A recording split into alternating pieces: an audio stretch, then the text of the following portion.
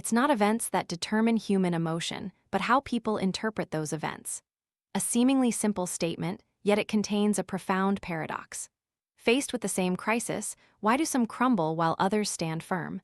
With the same failure, why do some see it as the end, while others view it as the beginning of a new chapter? What truly controls our emotions, objective circumstances, or how we perceive them? The book Over Mode, or Master Your Mind, Change Your Mood, was born from this very question. It's not a distant philosophical text, nor is it filled with tired, cliched slogans. It is the result of decades of practical psychological therapy, cognitive behavioral practice. This work unveils a detailed map, allowing each person to observe the stream of thoughts flowing through their mind, identify how those thoughts shape their emotions, and most importantly, learn how to rewrite those very narratives.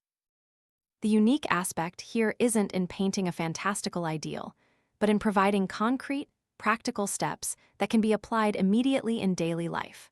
From recording a thought log to analyze the source of anger, to trying a new action to break a cycle of sadness, or daring to face each step of fear instead of avoiding it. Every tool in the book is designed to transform theory into real experience. And perhaps the most crucial question this book provokes isn't how to be less sad, less worried, or less angry. That question only scratches the surface of coping. The deeper inquiry is, if we can learn to rethink, can we learn to live again? Imagine if the thoughts that once imprisoned us, I am useless, the world is dangerous, others are untrustworthy, were merely stories incorrectly written. Then we could absolutely rewrite them. And if we can rewrite them, that means opening up new choices, new paths. On the surface, it might sound like a word game, but in reality, how people think has, many times, determined their very survival. Faced with the same darkness, some believe it signals the apocalypse, while others see an opportunity to light a fire. In modern life, this remains true. Unemployment, a broken relationship, a loss, all can transform into a deep abyss or a launching pad, depending on the prevailing mindset. The book doesn't promise a life free of suffering. It offers something more valuable: agency, the power to choose how we interpret, how we react, and thereby, the power to shape our own emotions. So, when laying hands on the first page, each person must ask themselves, how long have I lived under the reign of old thoughts, and am I ready to step into a different conversation with my own mind? A grain of sand infiltrates an oyster, causing an irritating itch. The tiny creature cannot expel it, but it has another way. Layer upon layer of translucent fluid encloses the grain of sand, transforming the source of pain into a shimmering pearl. This metaphor is the prologue to our journey.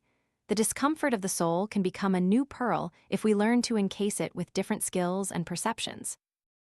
In life, we all experience moments of profound distress when the mind feels trapped in an invisible cage. Complex emotions not only erode joy but also make us believe we are powerless. But precisely where it seems most hopeless, opportunity opens up. If we know how to change our thoughts, our emotions will also change. This isn't a comforting slogan, but the result of decades of rigorous research. Cognitive behavioral therapy has proven it. It shows that it's not events that dictate emotion, but how we interpret them. Standing in a long supermarket checkout line, some might think, well, I'll just relax and enjoy this moment, and they feel peaceful. But others might think, how ridiculous, why don't they hire more staff? And irritation surges, their body tenses, each minute stretching like an insult. The situation is identical, but the emotional outcomes are entirely different. These pages are written to help you discover and practice a sequence of skills, step by step, guiding you from identifying emotions to finding their root thoughts, all the way to adjusting and replacing them. When these skills become deeply ingrained, they form a protective layer of pearl, so that life's grains of sand no longer silently bleed us dry. Mood, thoughts, behavior, and body are intertwined like the strings of a musical instrument. One string vibrates, and the entire melody changes. When one aspect is altered, all other aspects are affected. The key point is thought. That is the quickest and clearest place to begin the transformation process. It's not just important to know what you're thinking, but also to learn how to measure and observe the changes. Like a child learning to read, at first painstakingly recognizing each letter, then gradually words, and then entire stories. As the skill matures, the focus is no longer on the letters but on the meaning. Emotions are the same. If we diligently record, mark, and check, we will see ourselves progressing daily from fragmented pieces to a more complete picture. For this journey to be effective, patience is essential. There are no shortcuts. The exercises may sometimes seem simple, but when you put them into practice, their complexity will emerge. Readers are encouraged to dedicate time each day to practice. Only when skills become reflexes will results be sustainable. What's special here is the flexible customization. You can follow the sequence sequentially or choose your own path, focusing on the type of emotion that causes you the most distress. Someone experiencing depression might turn to the section on melancholy. Someone suffering from anxiety might go straight to the content for fear. Those torn by guilt, shame, or anger also have an entry point. The paths may differ, but ultimately, they all lead to one common principle. How we think about what happens will determine how we feel about it. This also reveals an interesting paradox. The very emotions that make us want to give up can become the most powerful motivators for change. Like Ben, an old man weary with age who once believed nothing could make him feel better. Or Linda, a young woman driven into dark corners by panic attacks, even though her life was full of success. They are proof of a crucial point. Even if we believe emotions have locked every exit, there is still a crack to step out. So don't expect that merely reading to understand is enough. It will require picking up a pen, taking notes, and challenging yourself with practice sheets. These sheets are not mere procedures. They are mirrors reflecting how your thoughts and moods connect. They are like small bricks laid close together, gradually forming a path. Hearing this, you might feel some skepticism. Can I truly escape persistent pain just by changing my thoughts? That skepticism is reasonable. But the truth is, millions of people have walked this path and found a difference. This is not an empty promise, but evidence accumulated over decades from therapy rooms, from lives once shattered and then slowly mended. Just as the oyster continuously secretes layers of pearl around the grain of sand, you will need to repeat each step, each thought, each observation. But it is in that repetition that sustainability is formed, not a miracle, but the fruit of patient inner labor.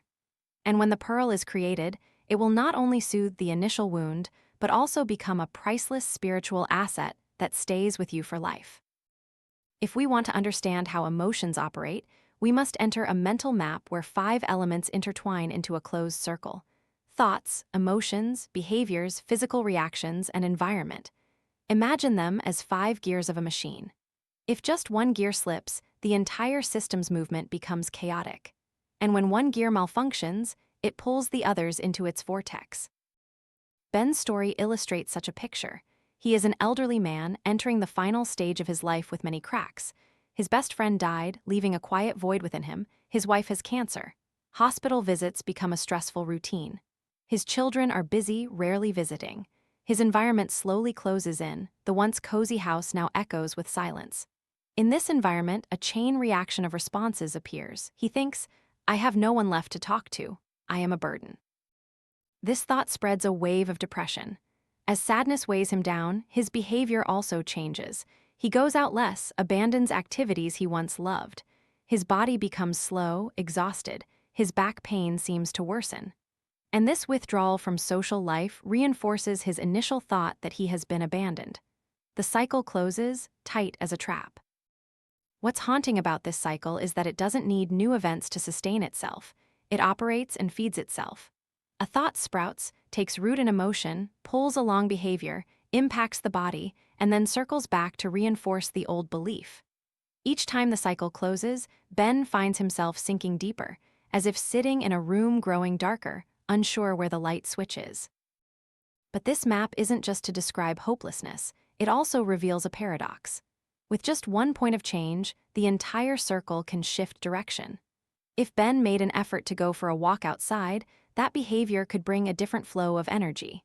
If he recognized his body was tense and tried slow breathing, that physical reaction would calm his emotions. If he talked to someone, his environment would open up again. And if at some point he dared to rewrite a different thought, such as, I can still bring value, his mood would loosen. This sounds simple, but practicing it is a challenge. Because when depression closes its loop, those in it often believe that any effort is futile. It is precisely there that the important lesson appears. The belief that things cannot change is depression's greatest illusion. The 5-part map gives us new eyes. It teaches us, don't view emotion as a mysterious, untouchable entity. Emotion is just one link in a chain. Touch another link and the whole chain will vibrate. Ben's sadness didn't randomly descend. It was woven from small fragments of thoughts, environment, reactions, and behaviors. And as such, it can also be unraveled from those small fragments. When you map this for yourself, you will see unexpected intersections. A phone call you postponed, a meal you skipped, a fleeting thought when looking in the mirror all can pull the chain. And if you look closely, you will see where you can place your hand to turn the gear. Ben is a model to realize that depression is not the entire person. It is just a cycle within the system. He is not sadness. He is a person trapped in a cycle of sadness. But there are still connection points that can be unraveled. This realization is the beginning. When you see the structure clearly, you know you are not just enduring but can also exert influence. At this point, the story does not rush to impose solutions. It patiently invites you to observe, as if placing a model with small gears in front of you for you to try turning. A small change can create a soft click, signaling that the entire system can operate differently, and sometimes just hearing that sound is enough to rekindle hope. After Ben, we meet another face, Linda. At 30, she possessed what many craved, a stable career, many friends, a bright future. Yet a traumatic event deeply scarred her mind, the sudden death of her father. This loss wasn't just bereavement, it also triggered violent physical reactions in Linda. One morning, as she boarded a plane for a business trip, she felt her chest tighten, her heart pounding, sweat pouring out as if her body was sounding a danger alarm. In her mind, a thought flashed, I'm going to die. There was no life-threatening event, but the feeling was so real it sent her into a panic. This is a typical example of an anxiety spiral, where the body and thoughts conspire to create an invisible threat. Analyzing it through the 5-part map, we see the entanglement. Environment, work pressure, loss of father, physical reactions, rapid heartbeat, shallow breathing, thoughts, I'm losing control, I'm going to faint. Emotions, extreme fear, behaviors, avoiding flights, crowded places, any situation where she might feel trapped. What's noteworthy is that each time Linda avoided something, she felt immediate relief. But that relief was like drinking salt water. It quenched thirst for a moment, then left her even thirstier. Avoidance helped Linda not face her fear, but it also reinforced the idea that the fear was insurmountable.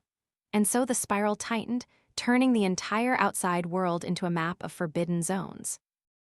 The fundamental difference between depression and anxiety emerges here. If Ben sank into slowness, withdrawing from life, Linda lived in a state of accelerated tension like a taut string. Depression drains energy down, anxiety pushes energy up excessively, but both make people lose their balance. In Linda's case, each time her body reacted, negative thoughts immediately intruded. The body became evidence reinforcing false beliefs. My heart is beating this fast. Something must be wrong. The more she believed it, the more she feared. The more she feared, the more her body reacted, and a new, tight spiral formed. The paradox of anxiety is that the body perceives imagined danger just like real danger. The feeling of fear blurs the line between reality and illusion.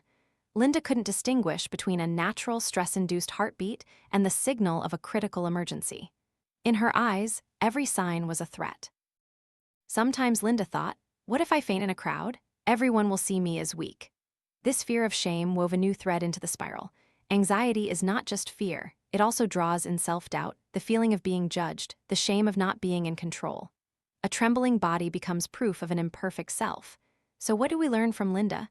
That with the same 5-part model, when the main gear is anxiety, the spiral operates differently from depression. In depression, people act less because they think there's nothing worth doing. In anxiety, people act excessively to avoid because they think everything is too dangerous. One is paralysis, the other is flight. But both are guided by thought, and both leave the body exhausted. Linda once believed that if she endured long enough, the fear would disappear. But the harsh reality is that avoidance doesn't erase fear, it only makes it thicker when you turn your back. Anxiety swells in the dark. When you confront it, it begins to shrink. That is the harsh but fair law of psychology.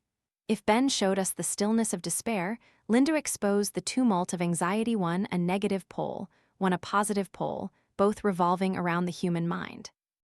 This contrast reminds us that emotions have many faces, but all operate under the same mechanism.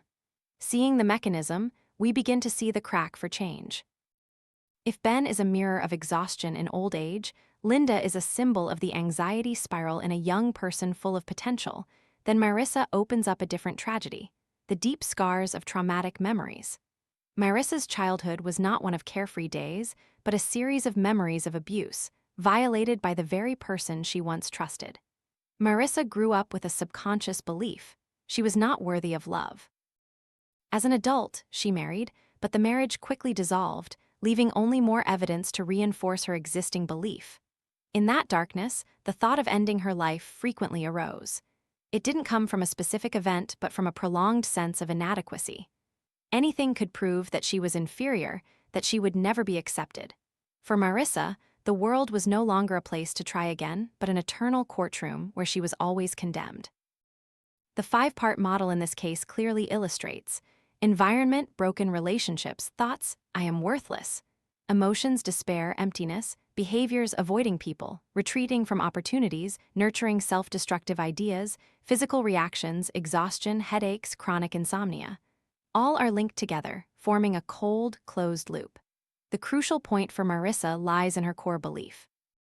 Unlike Ben or Linda, where the spiral was triggered by an event or a physical reaction, Marissa's spiral originated from a story she repeatedly told herself, that she was inherently worthless.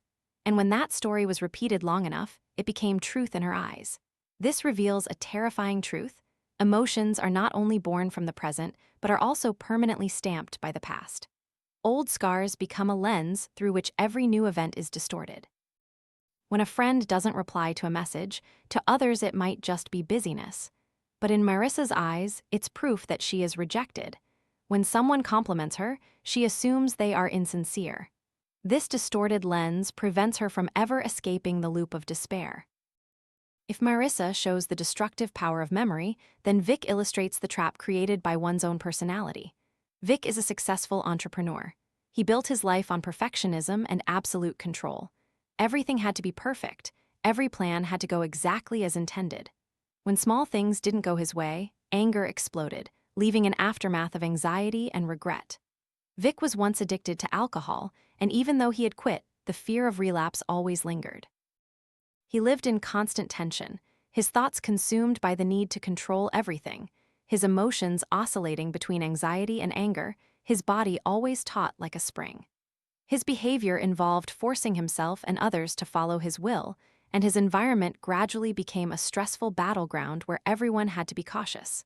In Vick, depression and anxiety intertwined. When he couldn't control things, he became angry and worried. When he saw himself fail, he sank into sadness and self-reproach. These two opposing poles pulled him back and forth, leaving his life without peace. And like Linda, he fell into the trap of the spiral.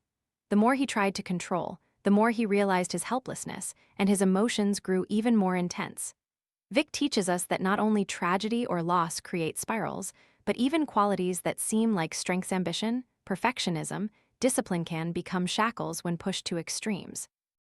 They become the source of continuous tension. Looking back at the four characters Ben, Linda, Marissa, and Vick, we see different spirals, but all based on a single principle: 5 gears operating out of sync, pulling each other into a closed loop. Each person is like a mirror, reflecting an aspect of psychological instability. One spiral descending, one spiraling inward, one distorted by the past, one tightened by personality. The only common point: every spiral can be intervened. As long as we identify them, whether they stem from old age, from fear, from traumatic memories, or from perfectionism, none are destiny. The problem is not whether we have a spiral, but whether we can see its structure to find a way to dismantle it. When the door to the inner world opens, the truth can sometimes be more frightening than physical pain. We have lived in self-created loops, believing in truths that are actually just ghosts. But at the same time, that is where hope begins. If we built that loop ourselves, we can also learn how to break it. Here, a question becomes obvious. Why do different people have different emotions when faced with the same event? Why can the same glance, the same word, lead to two opposite outcomes? The answer lies at the junction between the external world and the internal world. Asterisk thoughts. Let's follow a simple situation. Alex walks into a crowded party. He sees some colleagues gathered, chatting in a corner. One person in the group glances his way, then turns back to continue the conversation. In that moment, at least 3 different thoughts could flash through his mind. 1, they don't want me to join, they probably don't like me. Emotion, sadness, feeling excluded. 2, they're probably having a private conversation, I'll join them later. Emotion, peaceful, comfortable. 3, they're probably laughing at me behind my back. Emotion, anxiety, tension. The same event, but 3 different lines of thought lead to 3 different emotional worlds. This reveals a hard-to-accept truth. We are not helpless victims of circumstance. We are writing the script for our own emotions with every fleeting thought. This may sound simple, but when mood is already low, thoughts become extreme and distorted. In one moment, you might receive a compliment from a colleague, but in your head the answer echoes, they're just saying that to be polite. Immediately, joy is stifled, giving way to doubt. This is the special point. The stronger the emotion, the more distorted the thought.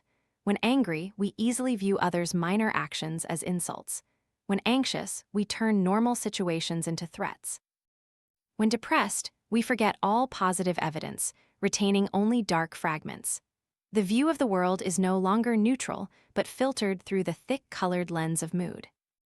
But how can we grasp what happens so quickly? The first step is to learn to name emotions. Instead of just saying, I feel bad, try to name it. Sadness, anger, anxiety, guilt, shame.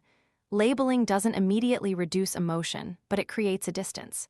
When we say, this is anxiety, we are no longer completely submerged in it but become an observer.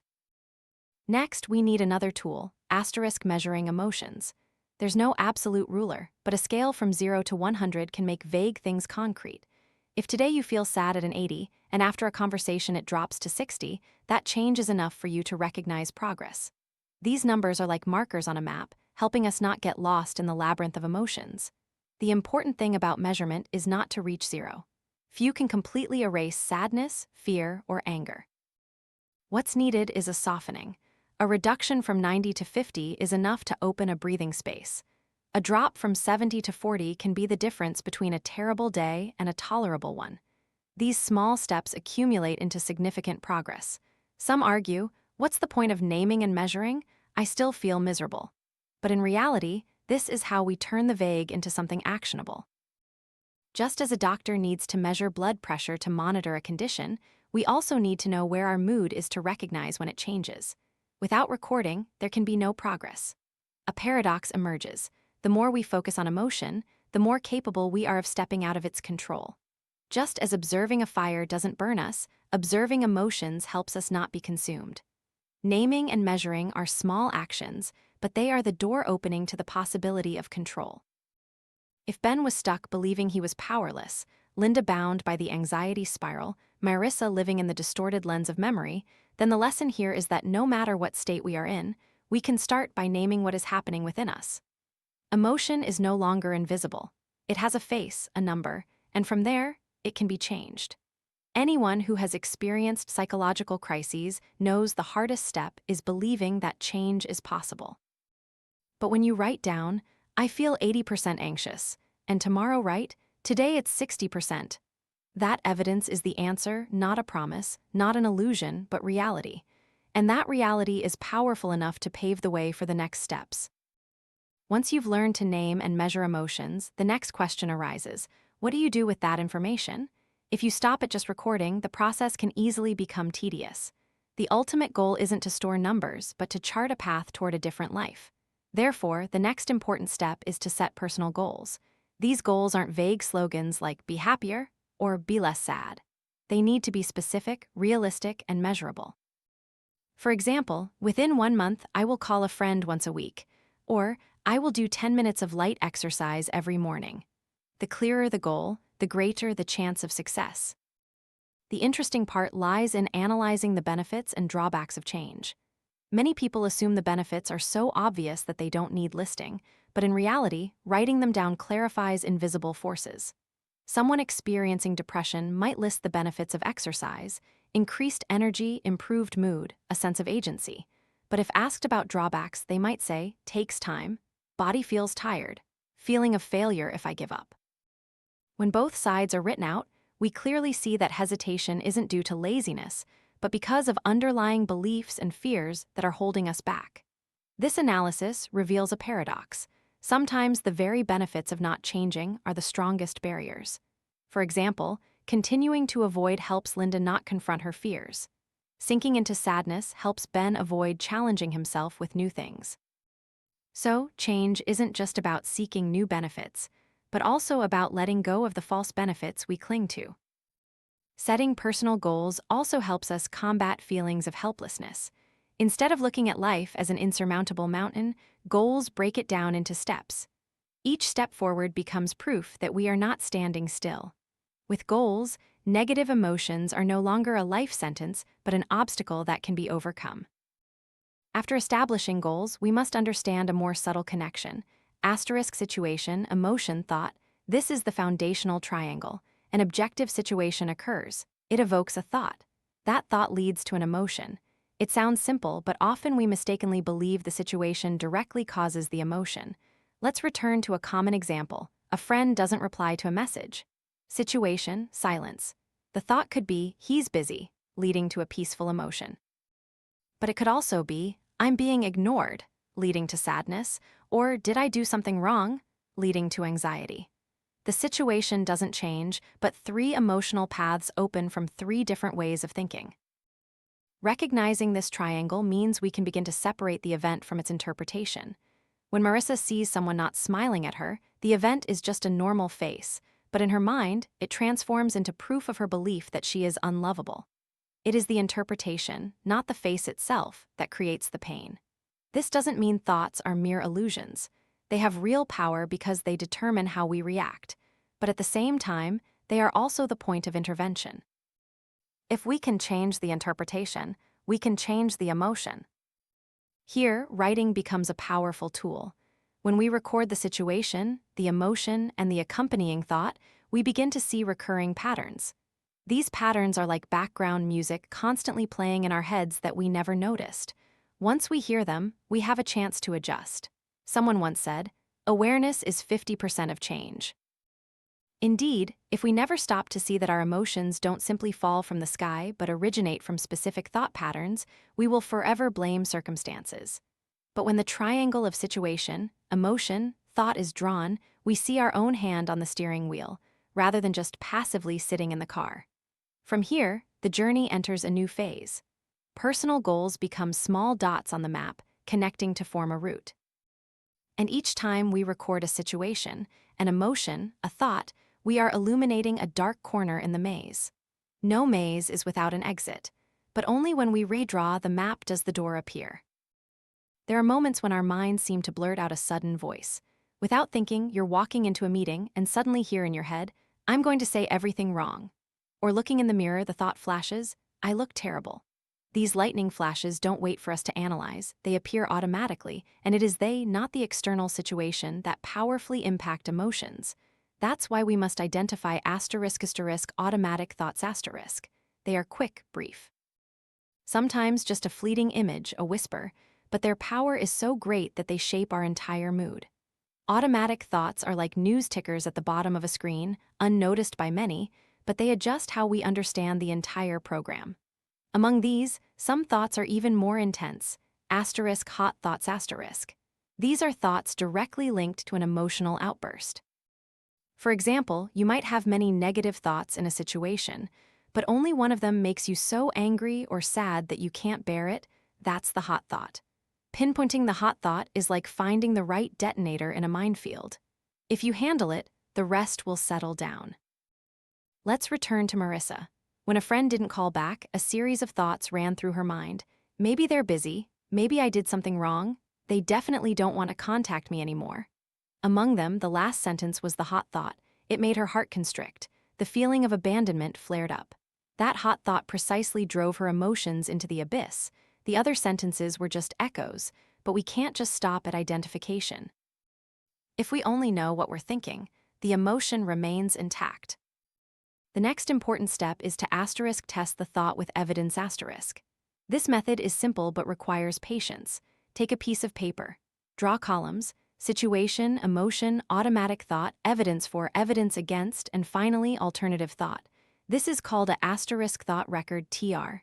Each time you write it down, you force your mind to pause and look at things like a detective, not like a defendant in court. For example, Linda might record: situation, asterisk preparing to board a plane. Emotion, asterisk anxiety, 90-100. Automatic thought, asterisk, I'm going to die because my heart will stop. Evidence for, asterisk, my heart is pounding, sweating profusely. Evidence against, asterisk, I've seen a doctor, results are normal. I've had a fast heartbeat before and it stabilized on its own. Alternative thought, asterisk, this is just an anxiety reaction, not a sign of death. When she reads it back, her fear doesn't disappear immediately, but it diminishes, perhaps from 90 to 60. This level is a big difference. It's enough for her to board the plane instead of running away. The power of the thought record lies in transforming absolute statements into questions that demand evidence. I'm sure I'll fail, now has to be confronted with reality. Last time I did well. Someone complimented me. I prepared thoroughly. When confronted with evidence, the hot thought loses some of its overwhelming power. What's amazing is that the more you practice, the clearer it becomes that many automatic thoughts are not facts but merely assumptions. They are like hasty messengers who don't verify their sources, yet we believe them absolutely. Writing them down and checking them is how we force them to face reality. Some might ask, what if there's less evidence against? The answer is, it doesn't need to be an absolute victory, just enough evidence for the alternative thought to have a chance to exist. The emotion doesn't need to disappear completely, just to soften. And when it softens, we have room to act differently. Change begins in that space. When Ben wrote down, I am useless, and then asked himself, is there any evidence that I've ever helped anyone? He recalled times caring for his wife, helping neighbors. A space opened up, and in that space, a new thought could sprout. Automatic thoughts will never disappear completely. They are products of the brain, designed to react quickly to the world. But what we learn is that not every thought is trustworthy. When we know how to identify, differentiate hot thoughts, and then verify them with evidence, we are no longer pulled along unconditionally. We become the driver, not just a passenger. From the pearl analogy to the 5-part map. From the depression and anxiety spirals of Ben and Linda to Marissa's traumatic memories and Vick's perfectionism. Then learning to name, measure, set goals, and now the first step, challenging the voices in our heads. This marks the close of half the journey, where awareness has been enlightened and tools are in hand. Ahead lies another stage, learning to replace thoughts, build actions, and touch the very root of beliefs. But even now, with the thought record, the reader has the key to open the first door. There's a truth often overlooked. Humans don't live in an objective world, but in a world they interpret themselves. A word, a glance, a silence all pass through the filter of thought. If the filter is distorted, emotions are distorted with it. If the filter is extreme, the world becomes extreme. But just as tinted glasses can be changed, we can learn to create a more balanced lens through which to view life. The starting point of this journey is balanced alternative thinking. Instead of blindly believing the thoughts that pop into your head, you learn to re-examine, question, and cross-reference with evidence. Not every thought is wrong, but not every thought is right either. Our task is to distinguish between reality and misleading whispers.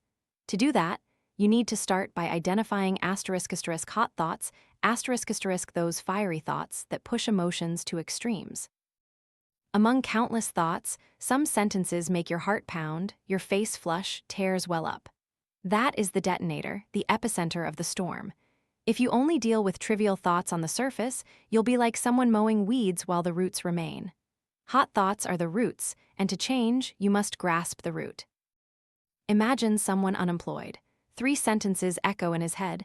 Maybe I'll find another job soon. This failure is temporary, and I'm worthless.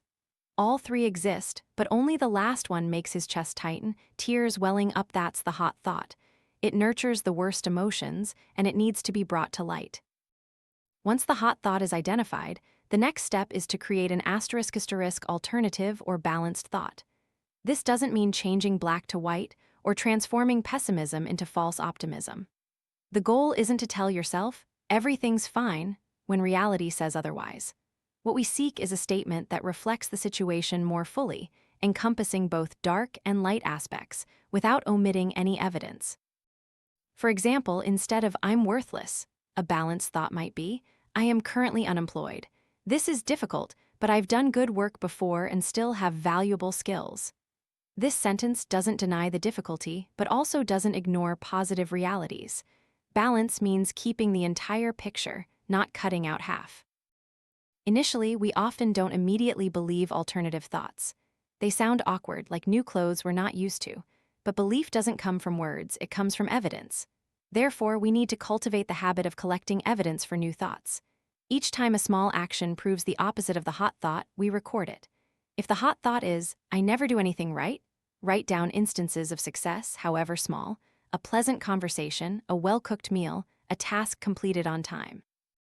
Each piece of evidence is a brick, gradually building a foundation for new belief. This process requires patience because hot thoughts have been deeply rooted for years. Someone who has been rejected many times might need dozens of positive pieces of evidence before daring to admit, "Sometimes I am accepted." But every small step contributes to eroding the power of the old belief.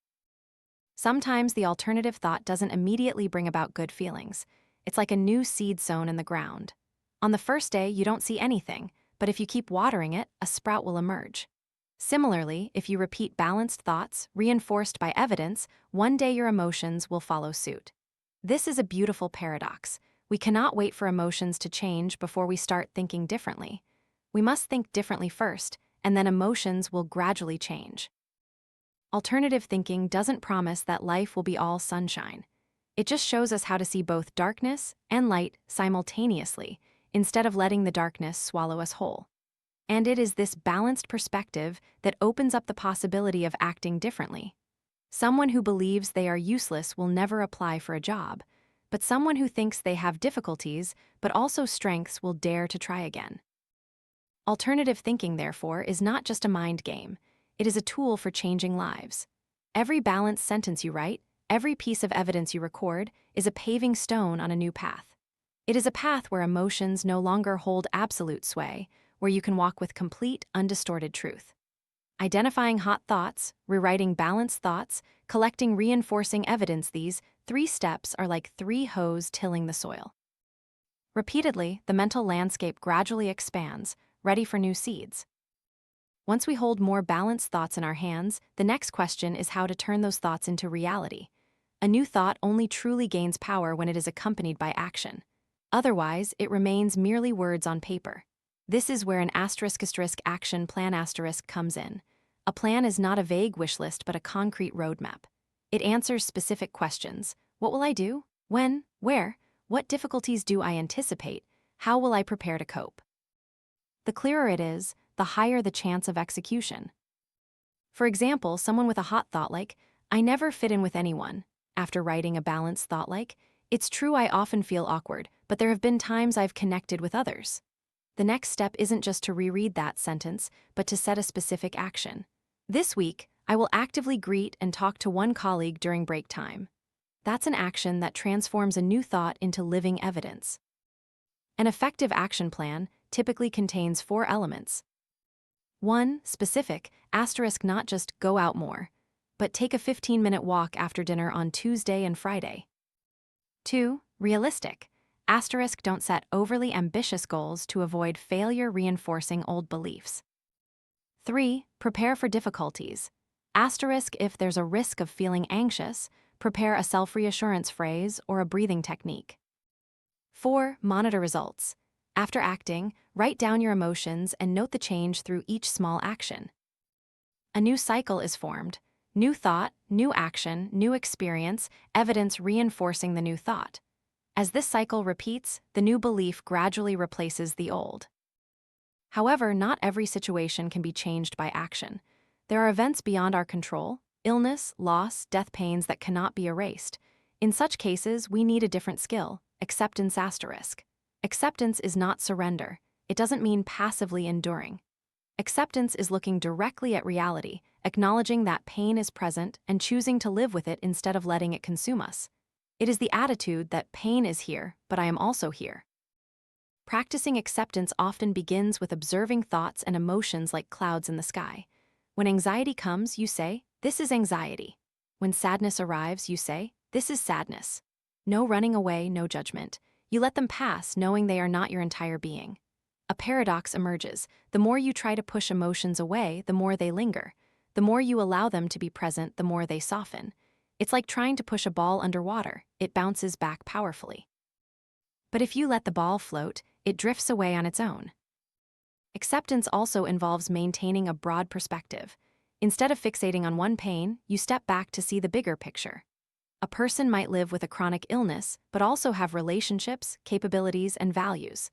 Acceptance helps us live with the whole picture, not letting one dark fragment overshadow everything. In real life, acceptance and action often go hand in hand. There are things we can change with a plan, and there are things we must accept to avoid exhaustion. Learning to differentiate between these two is the wisdom of the experienced. New thoughts, new actions, and when action isn't possible, acceptance. These are the three pillars that lead us out of old spirals. Every alternative thought isn't just in your head, it becomes a step on life's path. Each step opens up new evidence, and that evidence nurtures the belief that change is possible.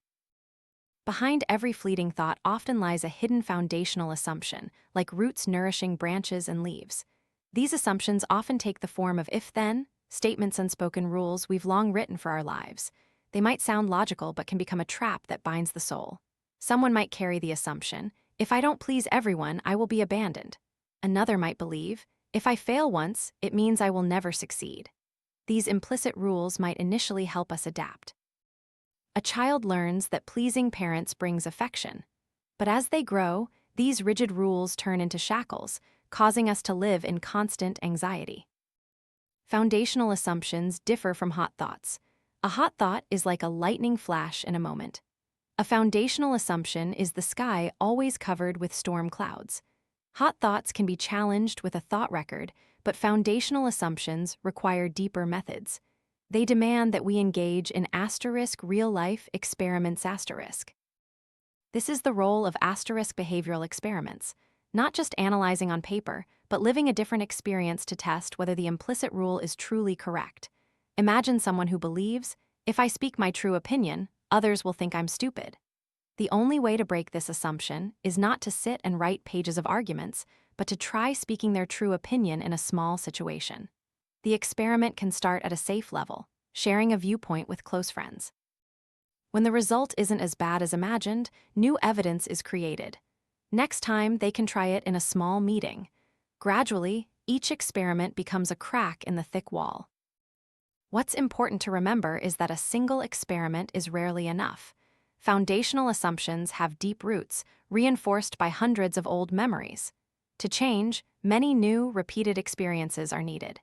Each time, the old belief weakens a little, and the new belief strengthens a little. Sometimes, behavioral experiments can even lead to unexpected results. Someone who tries expressing their opinion might realize, "Yes, some people disagreed, even criticized, but instead of collapsing, I learned another lesson. I can endure it when others don't agree." This is even more valuable because it opens up freedom. You don't need everyone to approve, you can still exist.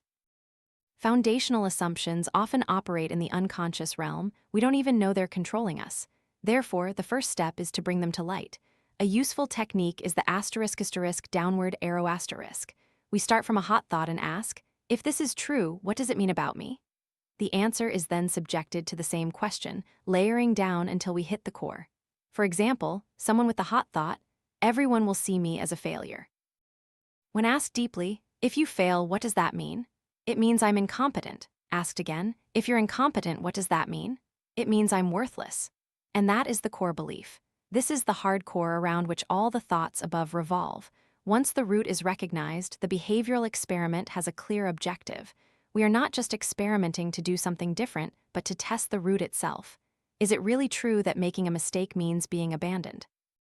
If reality proves otherwise, the old belief will gradually lose its power.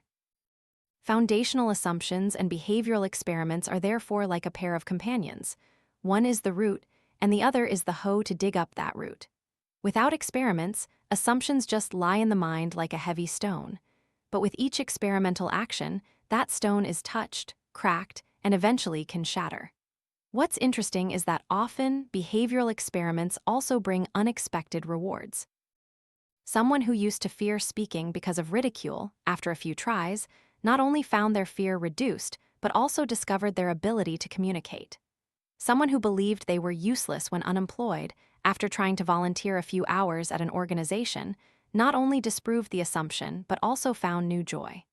These experiences nurture a different cycle. New experience, new evidence, new assumption. Behind the dry, if-then statements is a complex network that determines how we live. Only by daring to step out of our comfort zone and testing ourselves can we break free from this invisible control. And every behavioral experiment, however small, is a step that breaks the golden hoop. If foundational assumptions are like roots, then *core beliefs* are the deep soil where those roots firmly grip. These are absolute statements about oneself, others, and the world. They don't just influence how we think but shape the entire lens through which we view life. The three most common types of core beliefs are about 1. Self *, I am useless, I am not worthy of love, I am a burden. 2. Others, *, others cannot be trusted, everyone is out to take advantage of me. 3. The world *, the world is dangerous, everything is unfair. These beliefs often don't appear clearly on the surface. They are wrapped in the small narratives of everyday life but silently control every reaction. To reach this layer, a useful technique is the ** downward arrow *. We start from a hot thought and ask, if this is true, what does it mean about me? The answer is then subjected to the same question repeatedly until we hit the underground spring. For example, someone has the hot thought, everyone will see me as a failure. When asked deeply, if you fail, what does that mean? It means I am incompetent. Asked again, if you are incompetent, what does that mean? It means I am worthless. And that is the core belief. The scary thing about core beliefs is that they are often formed very early, reinforced by traumatic experiences, and therefore seem like self-evident truths. A child growing up in violence easily believes the world is dangerous. Someone repeatedly rejected easily believes they are unworthy. Once rooted, core beliefs filter out all contrary evidence. A person who receives compliments dismisses them as mere social pleasantries. A person who receives help assumes it's pity. Changing core beliefs is not like changing clothes, it's like relaying the foundation of a house. It requires patience and repetition. The approach here is to gradually create a new belief and then reinforce it with real-life experiences.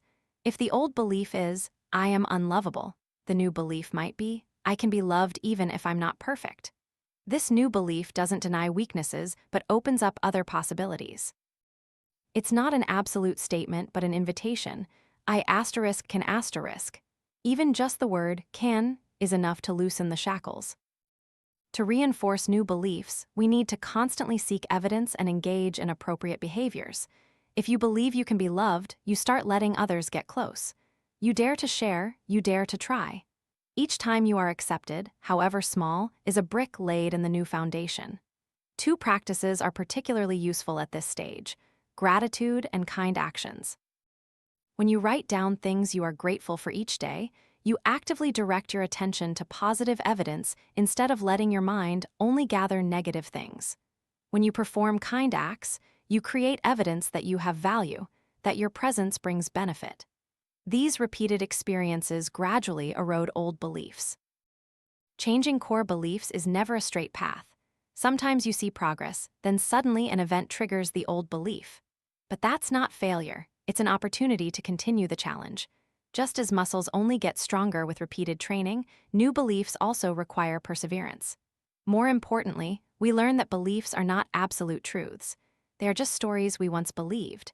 And if we can believe a wrong story, we can also learn to believe a more correct story. When we change the core story, our whole life changes with it. When talking about the heaviest emotions, it's hard not to mention *** depression**.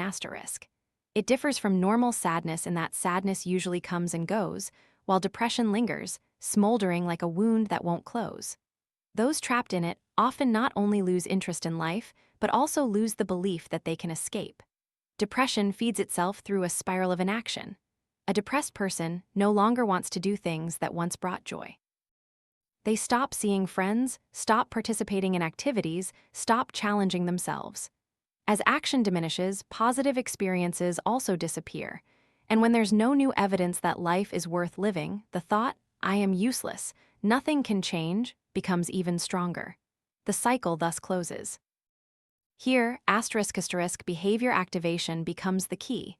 Instead of waiting for mood to improve before starting to do things, the depressed person needs to reverse the rule, act first, and emotions will follow. This sounds counterintuitive, as anyone in sadness only wants to lie still. But it is this counterintuitiveness that brings effectiveness. The method starts very small. Instead of thinking about changing an entire life, you just need to choose a specific, clear activity within your capabilities. For example, walking 10 minutes around the neighborhood, or washing dishes after a meal, or calling a close friend.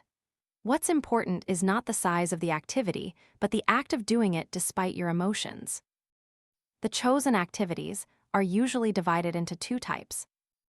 1. Pleasurable activities, those that bring direct joy, like listening to music, drawing, playing with pets. 2. Meaningful activities, those that bring a sense of value, like completing a task, helping others, cleaning your living space. By alternating both types, the depressed person gradually reestablishes a rhythm of life that balances joy and meaning. Each activity is a small step, but each step opens an opportunity to receive positive evidence. I can still do something. I am not completely helpless. To avoid falling into the trap of procrastination, a useful tool is ** activity scheduling. Write it down on paper or in your phone. Monday, 9:00 a.m. grocery shopping.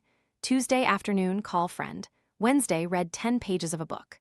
With a schedule, action becomes less dependent on mood. It becomes an external commitment, helping you step through the heavy door of inertia created by depression.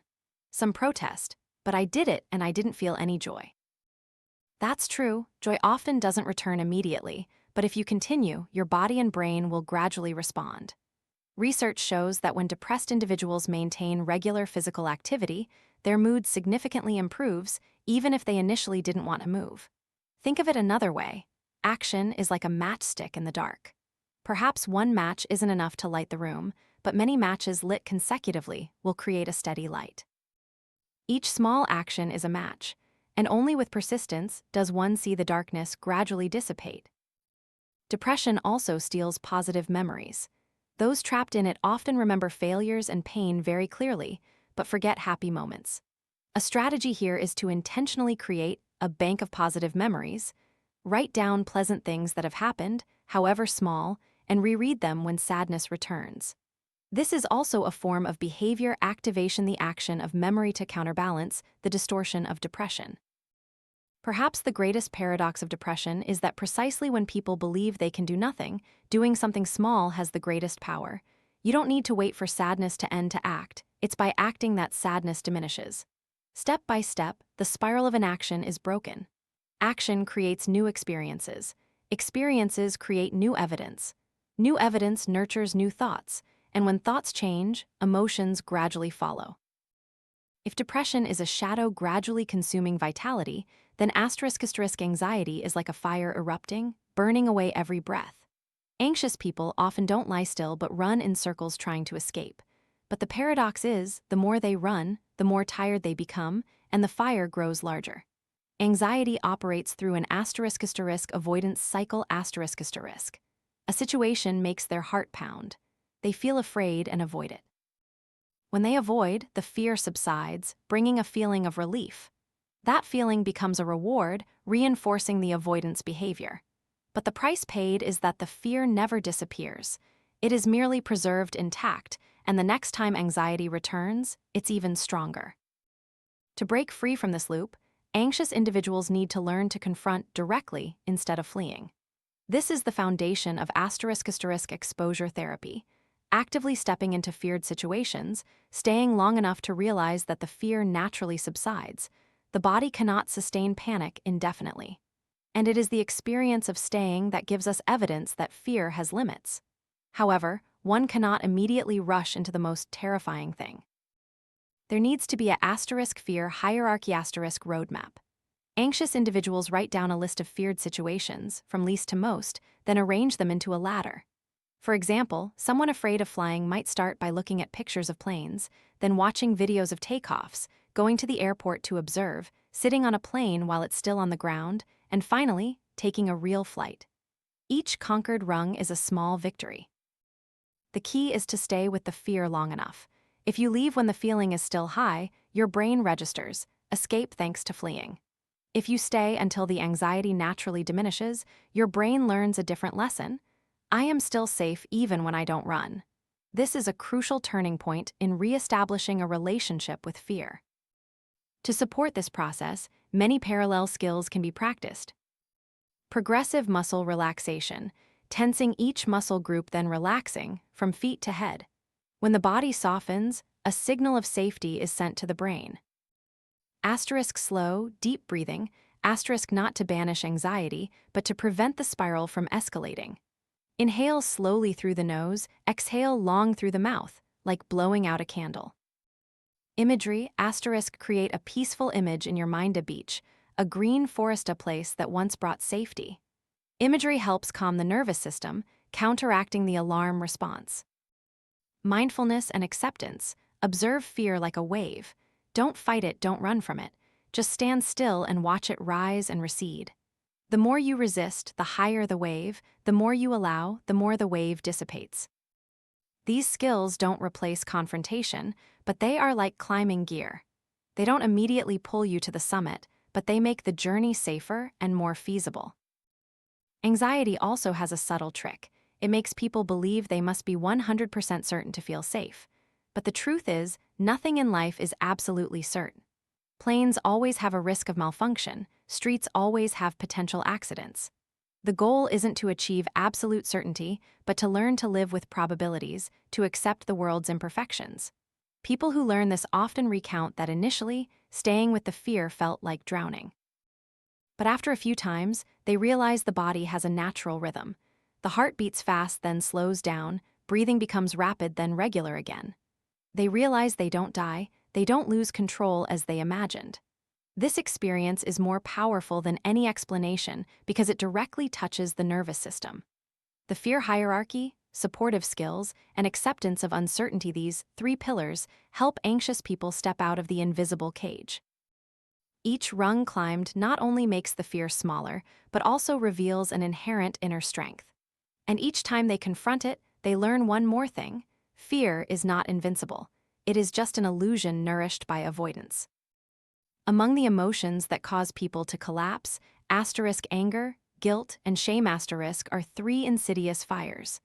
They don't always blaze intensely, but when they erupt, their destructive power is no less than anxiety or depression. Anger often flares up when we feel insulted, treated unfairly, or lose control. It makes us react quickly but often leaves long-lasting consequences. The problem is that anger is rarely based entirely on reality. It is often exaggerated by distorted thoughts. He deliberately humiliated me. They are always against me. To deal with it, the first step is to identify these thoughts. Then ask, is there clear evidence? Often, just a second to pause and breathe is enough to calm the flame. And from that calm, we can choose a different action, perhaps speaking directly but calmly, perhaps stepping back instead of rushing into conflict. Anger is not an enemy, but it needs to be guided rather than letting it guide us. Guilt asterisk is different. It usually appears when we think we have done something wrong, caused harm, or disappointed someone. Guilt can be valuable if it prompts us to make amends, apologize, or change our behavior. But guilt can also become a useless burden when we constantly torment ourselves over things that can no longer be changed. Here, the important distinction is between asterisk healthy guilt, which leads to corrective action, and toxic guilt, which only makes us sink deeper. The turning point lies in the question, is there any practical action I can take? If yes, do it. If not, what needs to be learned is asterisk self-forgiveness asterisk, one of the most difficult lessons. Shame is often tightly linked to feelings of unworthiness. Unlike guilt, which focuses on behavior, shame focuses on the self. People living in shame often withdraw, avoid eye contact, avoid communication, as if they have no right to exist. To dismantle it, we need to do the opposite: dare to expose, dare to share, dare to let others see us. Because only when we reveal ourselves do we learn that we are not erased as imagined, and in connection, shame gradually loses its power. Once you have worked with these intense emotions, the remaining question is, how do you maintain the results? Psychological change is not a sprint but a long journey. A few weeks of applying techniques can bring progress, but if you stop, old habits easily return. Sustaining results requires two factors: a asterisk relapse prevention plan and asterisk nurturing positive well-being. The relapse prevention plan begins by identifying early warning signs: insomnia, extreme thoughts, social avoidance, or neglecting activities that once helped. When these signals are noticed, you need to have an emergency map ready. Return to the thought record, the fear hierarchy, or activities that have proven effective. Relapse prevention doesn't mean never stumbling, but knowing how to get back up faster, not letting a small fall become a deep hole. In parallel, it's necessary to go beyond merely reducing suffering and nurture happiness. Two simple yet powerful tools are gratitude and kind actions. Gratitude is the habit of writing down 3 things you appreciate each day. They can be as small as morning sunlight, a child's laughter, or a warm meal. With practice, the brain gradually learns to seek out positive things instead of only focusing on the dark. Kind actions are intentionally doing something good for someone else without expecting anything in return. Helping, sharing, listening. These actions not only bring joy to others, but also reinforce your own sense of value and connection. Happiness, it turns out, is not a sudden, brilliant feeling, but the result of repeated practices. It doesn't come from waiting for luck, but from actively sowing small seeds every day. And finally, the deepest lesson this journey teaches us is that emotions, however powerful, are not destiny. They are merely waves on the surface of the ocean. Beneath, there is always a calm depth. By learning to identify, challenge, replace, act, accept, and be grateful, we gradually reach that layer of stillness. Anger is transformed into strength for right action. Guilt turns into motivation for amends. Shame dissolves in connection, and happiness sprouts from small daily steps. This is not a fairy tale, but a reality that can be achieved with patience. One thing becomes clear after completing this journey: mental pain never completely disappears, but it can be transformed. The automatic thoughts that once pulled us down, when brought to light, suddenly become fragile. Heavy emotions like depression, anxiety, anger, guilt, or shame, when we dare to confront and question them, gradually reveal a different face. They are not just enemies but also signals, reminders that we are alive, that we need to change. The biggest lesson from this book is the human capacity to relearn how to think, and from that, to relearn how to live. We are not forced to forever believe the cruel whispers in our heads. We also don't need to let a fleeting emotion determine our entire self-worth. The world in our minds can be redesigned. One word, one action, one small choice each day. But it's not easy. It demands persistence, like building muscle. One thought record won't change an entire life. One confrontation with fear isn't enough to erase anxiety. One act of kindness won't transform you into a new person. But repetition, sometimes dry, sometimes tedious, is precisely the core of freedom. Freedom is not the absence of difficulty, but the ability to walk through difficulty while still having choices. And then the more important question arises: what will you do with that freedom when you are no longer trapped in the old spirals of thoughts and emotions? Do you want to try living differently? Not a perfect life, but a more authentic one. Will you dare to try something you once avoided, dare to speak a truth you once buried, or dare to forgive yourself for an old mistake? Perhaps you think this sounds good, but I don't have the strength. Then ask yourself, if you wait until you have enough strength, will that day ever come, or will strength only arise when you start, one small step at a time? As you close this book, perhaps what remains is not just techniques or exercises, but a choice: to continue living in the old rut or to try walking a new path. The initial difference is very small, but it is these small paths that will later lead to a broad road. So, where will you choose to start? A thought that needs rewriting, a small action that needs to be taken. An apology, a thank you, a slow breath, or simply allowing yourself to believe that change is possible. The answer lies with you, and every day you have the opportunity to write another part of your own story.